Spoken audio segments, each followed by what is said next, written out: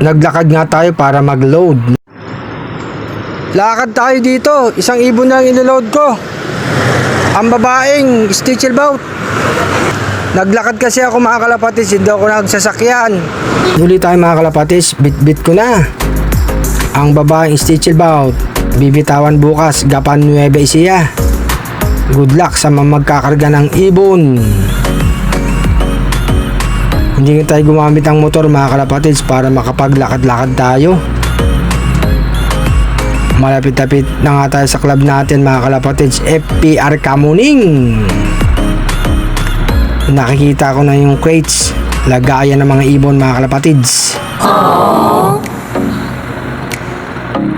Hindi nga tayo nakaabang nung linggo, may pinuntan tayo sa Calamba, Laguna. Ayan ang mga kalapatids. Medyo hindi busy ngayon ha. Sa Biyernes busy yan. Kasi nga last lap ng fan race ng FPR mga kalapatids. Eto malapit na tayo. Para ma-load ko na tong babaeng stichelbout mga kalapatids. Sana makauwi bukas kahit mag-isa na lang siya. Kapatid nga to ni RC Stichelbout. Ang ibon natin nakadulo ng Santa Ana, Cagayan.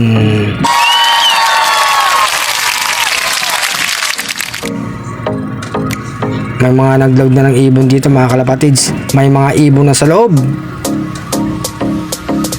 Andyan si Boss J, ang coordinator ng FPR.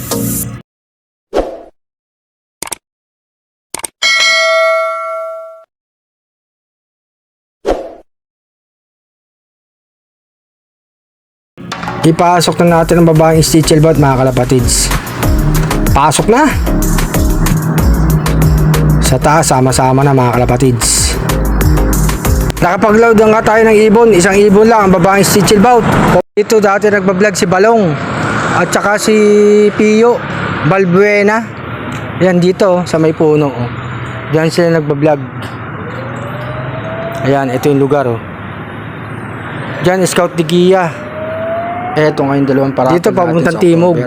Anak ni RC. Diyan yung pwesto nila. Nagbablog sila. Ang ama nila, Santa Ana, Cagayan, Finish. Balong NPO Balbuena. Sa mga batang ibon. Ang ganda.